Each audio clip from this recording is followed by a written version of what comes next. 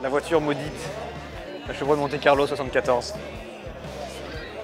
J'expliquerai un jour dans un épisode pourquoi c'est une voiture qui m'évoque de très mauvais souvenirs, mais ça reste un modèle que j'aime quand même beaucoup. Salut à tous et bienvenue dans mon ranch. Et aujourd'hui, petite vidéo où je vais vous parler d'une connerie que j'ai faite quand j'étais plus jeune, à l'époque où j'étais jeune et insignifiant. Et insouciant plutôt, insouciant, ouais, c'est ça. Mais avant, je vais vous montrer mon magnifique siège de bureau, qui est en fait un siège que j'ai récupéré dans un van. Donc voilà, je trouvais ça cool.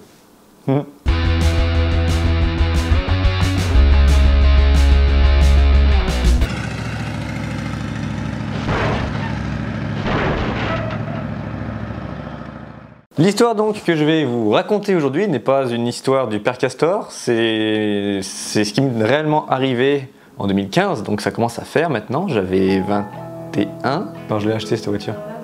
21, ok, j'avais 21, j'étais donc jeune et insouciant, un peu trop peut-être même. Je venais de débarquer à Montréal, donc en 2015 c'est la première année, le début de mon aventure au Québec. Et comme un passionné de voitures américaines que je suis, je voulais absolument m'acheter comme première voiture au Canada une voiture américaine, un gros bateau américain. Pendant quelques mois j'ai écumé les sites d'annonces de voitures. J'avais spoté une Chevrolet Monte Carlo de 73 depuis un petit moment. Elle était à vendre et elle était à 3000 $. Elle était dans mon budget à peu près.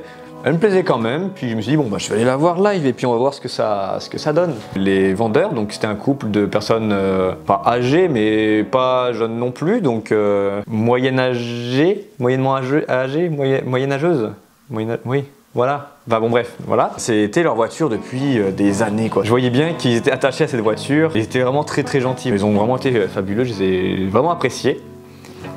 Mais c'est là que les galères commencent tranquillement, pas vite. Ils étaient très gentils, effectivement, vraiment super sympas, etc. Et ça a fait que moi, j'ai baissé pas mal ma garde. J'ai été un peu trop berné, même si c'était pas... Je pense que c'était peut-être pas volontaire de leur part non plus de me berner à proprement parler, mais ils ont vu que j'étais un peu insouciant, ils en ont profité aussi, à mon avis. Quand je suis venu voir cette voiture, elle était au fond d'un garage, dans la pénombre, on voyait que dalle. Elle avait pas roulé depuis quelques années, et moi... je savais pas comment fonctionnait le système ici quand on achetait une voiture, je savais pas s'il fallait faire un contrôle technique comme on a en France, comment il fallait faire une carte grise ici, je sais pas comment ça fonctionne, je sais même pas si les cartes grises existent ici, c'est peut-être un autre système. Bref, je découvrais tout en même temps et j'avais décidé en plus pour couronner le tout de m'acheter une vieille voiture antique qui n'avait pas roulé depuis quelques années et qui était dans un garage stationné dans le noir et au-dessus d'une belle flaque d'eau en plus, ce qui fait que j'ai pas pu me pencher en dessous pour vraiment checker l'état du châssis.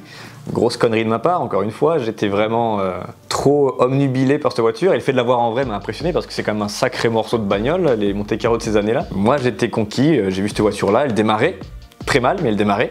Je me suis dit ok c'est peut-être un réglage, un peu de nettoyage, elle a roulé depuis longtemps donc c'est normal. Il y avait pas mal de rouille de carrosserie, donc les ailes arrière etc. Mais encore une fois je me suis dit ok c'est correct, c'est les ailes arrière, ça n'empêchera pas de rouler sur la route. Ce que ne m'ont pas dit les vendeurs, quand une voiture est parquée dans un garage depuis plusieurs années, ici comme ça fonctionne c'est que ta voiture quand tu la gares dans un garage par exemple et que tu comptes pas l'utiliser pendant plusieurs années, tu peux changer ton immatriculation et la plaquer en tant que remisage. Parce que si chaque année tu payes ta plaque d'immatriculation, donc au lieu de payer le plein tarif de ta plaque d'immatriculation alors que tu n'utilises pas ta voiture, si tu la mets avec l'immatriculation remisage, tu payeras moins cher. Mais par contre, plus d'un an de remisage, c'est l'inspection, donc l'équivalent du contrôle technique en à peu près aussi chiant quoi. Mais ça je le savais pas. Et la voiture ça faisait 4 ans qu'elle était en remisage, donc inspection à passer.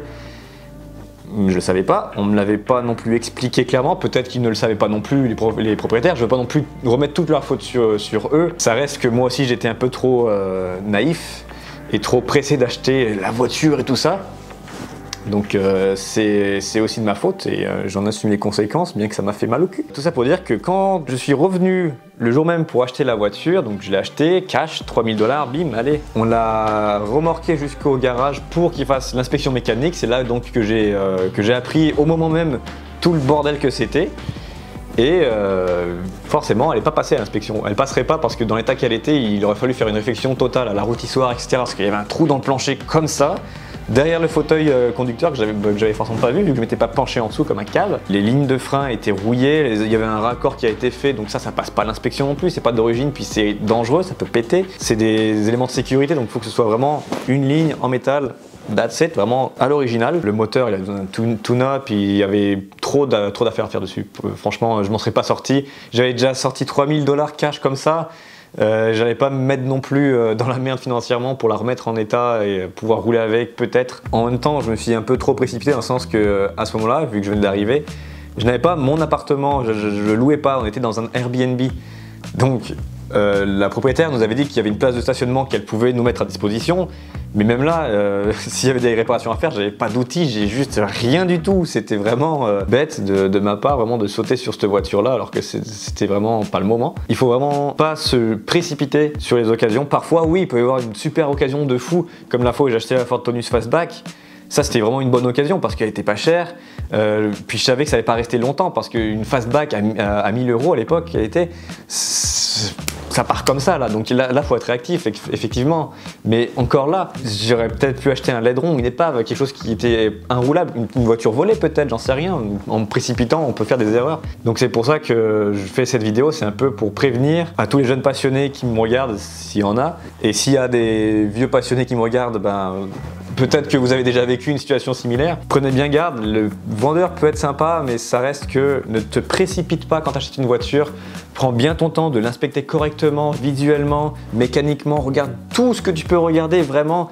Limite, sois chiant pour être sûr de ce que tu achètes. T'attends pas à avoir une voiture flambant neuve, c'est sûr qu'il va y avoir des choses à faire, etc. Mais encore une fois, c'est ça dépend de l'argent que tu vas mettre dedans et du projet que tu as en tête. C'est des voitures qui ont quand même 50, 60, 70 ans maintenant pour certaines. Donc elles ont vécu beaucoup de choses. Ça, tu sais qu'une fois que tu la démontes et que tu prends le taureau par les cornes, on va dire, et que tu dis ok, je la démonte de A à Z, je la refais de A à Z, et puis elle va être cool comme ça. Fais bien gaffe à tous les détails possibles, imaginables, parce que tu vas pas te retrouver avec une voiture qui ne roule pas. C'est ce qui m'est arrivé à moi, la Monte Carlo, j'ai dû la vendre 200 $ parce que quelqu'un a bien voulu m'en donner 200 $. Parce que le garagiste m'a dit écoute, je peux te la garder une semaine mais pas plus. Je tenais à faire cette vidéo parce que c'est un sujet qui me semble important quand même dans cet univers de voitures américaines ou même voitures antiques en général, même voitures européennes. Quand t'es passionné, des fois t'es borné, t'écoutes ton cœur plutôt que ton cerveau et parfois ben c'est ça arrive que ça marche pas. J'espère que ces conseils vous auront aidé, vous permettront d'y voir un peu plus clair et de faire attention, surtout ne pas vous faire avoir. C'est un peu comme les parents, ils ont beau nous dire ah fais pas ci, il va t'arriver des conneries. L'enfant il va vouloir essayer quand même pour voir par lui-même et ben c'est comme ça que j'ai appris. Donc même malgré mes conseils, il y en a sûrement parmi vous qui vont quand même faire la même connerie que moi et ben vous allez apprendre. Moi il m'a fallu à peu près une bonne année et demie pour digérer un peu cette histoire parce que ça m'a fait chier de perdre autant 3000 $ que d'acheter une voiture que je bavais d'envie de la conduire, que j'ai même pas pu conduire finalement. Je l'ai acheté et je l'ai même pas touché cette bagnole. Et j'ai dû la revendre vraiment à perte, de 200 $ à peine. Donc c'est vraiment très frustrant. Pendant cette année et demie, je me suis vraiment questionné sur est-ce que j'étais vraiment passionné de voiture américaine, est-ce que j'avais vraiment envie de continuer là-dedans, parce que ça m'avait vraiment dégoûté à un point intense. Mais me revoilà, toujours avec mes voitures, à faire n'importe quoi, à m'acheter une Oldsmobile Delta diesel de merde qui fait n'importe quoi. C'est soit je gagne une belle voiture qui roule bien, soit j'apprends. Dans tous les cas. C'est comme ça que j'essaie de voir la chose. Des fois je boite, mais j'apprends. Un truc aussi qu'il faut se mettre en tête quand on achète une voiture, c'est que même si le vendeur te met la pression, ou que toi-même tu te mets la pression tout seul parce que tu te dis ouais mais c'est une bonne occasion, il y a d'autres gens qui sont sur le coup, la voiture va vite être vendue, etc. Ne te presse pas quand même, ne fais pas de conneries, fais quand même attention parce que c'est là qu'on commet des erreurs. Certains vendeurs le savent, ils font exprès de te mettre la pression même s'il n'y a pas d'autres acheteurs pour que ça parte vite, pour que tu achètes et puis hop, ils sont débarrassés. S'il se vend avant que tu aies le temps de l'acheter, c'est pas grave, dis-toi juste qu'elle était faite pour toi et qu'une autre meilleure t'attendra après. Et crois-moi, c'est le cas, c'est vraiment, tu vas voir que tu vas attendre, puis tu vas trouver une autre occasion moins chère, plus dans tes prix, plus dans ta région, et tu vas dire ah ok effectivement je l'ai fait de pas acheter l'autre parce qu'elle était plus chère, elle était en moins bon état et finalement le vendeur était un peu bizarre. Le truc qui aurait dû me faire réaliser que c'était pas une bonne occasion, c'est que elle était à 3000 $, ok c'était pas très cher, mais ça faisait plusieurs mois qu'elle était à vendre. Vraiment avant même de venir au Québec, je l'avais déjà vue sur Craigslist en France. Et quand je suis arrivé à Montréal, elle était toujours disponible, toujours au même prix. Donc ça aurait dû me mettre la puce à l'oreille, c'est que si elle se vend pas à ce prix-là, c'est que c'est encore trop cher. Et si je devais essayer de faire un petit résumé simple et efficace, je dirais, premièrement, fais attention au vendeur. C'est pas parce qu'il est très gentil, qu'il a une bonne bouille et qu'il s'y connaît en voiture qui te vend forcément une très bonne bagnole. Parfois, c'est pas le cas. Deuxièmement, prends vraiment ton temps d'inspecter la voiture sous toutes ses coutures. Regarde le châssis. N'aie pas peur de te foutre par terre et de regarder sous la bagnole. Regarde les longerons, regarde le plancher, regarde les lignes de frein, regarde tout ce que tu peux voir. Prends une lumière, une lampe torche pour voir vraiment tout. Ensuite, fais aussi attention au mastic. C'est vrai que c'est peut-être pas forcément facile à voir pour un œil qui n'est pas aiguisé, quelqu'un qui débute dans l'automobile. C'était pas forcément facile de déceler là où il y a du mastic ou pas, mais c'est important de faire attention à ce détail-là. Prends un aimant ou prends quelque chose. Fais attention de pas rayer la carrosserie non plus, mais vraiment, des fois, des voitures sont pleines de mastic. Donc attention à l'état de la carrosserie aussi, à l'état intérieur. À l'état du moteur, ça en dit long sur comment la voiture a été traitée aussi, si elle a été bidouillée, si elle a été maltraitée, si le gars s'amuse à faire des burns dans la rue ou à rouler comme un malade. Ensuite, forcément, faire attention à la paperasse, être sûr que les papiers correspondent au véhicule, que si sur la carte grise c'est marqué ton véhicule, c'est le V8 qu'il y a dedans, check bien que c'est un V8 qui est dedans et que c'est le bon aussi, parce que là aussi, t'en as plusieurs des V8, t'as pas que le 350 qui a existé, t'en as une multitude. Et les voitures, des fois, sont pas trop d'origine en Europe et ça peut jouer des tours lorsque tu as un accident. Là, l'assurance elle va rien payer du tout parce que c'est pas d'origine, donc tu peux te retrouver dans la merde avec ça aussi, fais attention. Si l'annonce est en ligne depuis un certain temps, ça peut vouloir dire que c'est une mauvaise affaire, mais pas tout le temps.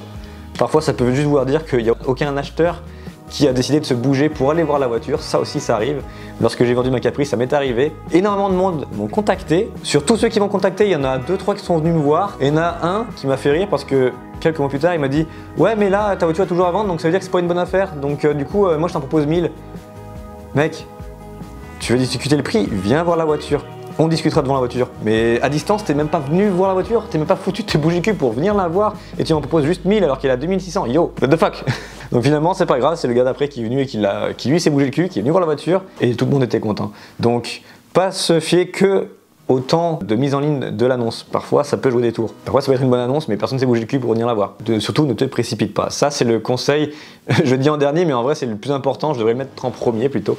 Mais ne te précipite pas. Même si t'es sûr que c'est une bonne occasion, que t'es sûr de toi à 1000% et tout ça, fais quand même attention à justement pas te précipiter et acheter une épave finalement qui ne roulera pas ou qui ne sera pas en règle parce qu'elle a été volée ou parce que les papiers ne vont juste pas avec la voiture. Même si le vendeur te met la pression, reste zen, respire, prends le temps de réfléchir. Très important, prends le temps de réfléchir. Écoute ton cerveau, ton cœur en même temps, genre 50-50 à peu près. Je pense que c'est à peu près tout en conseils que je pourrais donner. D'ailleurs, n'hésitez pas à partager en commentaire vos retours d'expérience. Si jamais parmi vous, il y en a qui ont acheté ou ont essayé d'acheter une vieille voiture mais que ça n'a pas marché pour telle ou telle raison, n'hésitez pas à le dire en commentaire, ça pourra nous aider un peu à justement nous entraîner encore plus dans ce milieu-là. J'en suis pas mort, hein, ça m'a pas non plus anéanti ma passion pour la voiture américaine, heureusement. Si c'était à refaire, je le referais pas.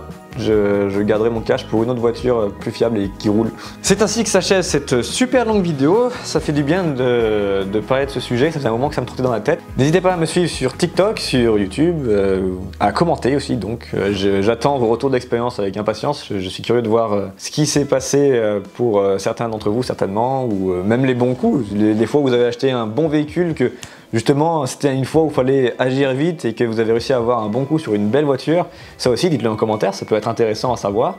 Vos conseils aussi, enfin, partagez, likez, commentez, et puis faites comme chez vous, mettez les chaussures ici, il y a les chips là, il y a la boire ici, puis servez-vous.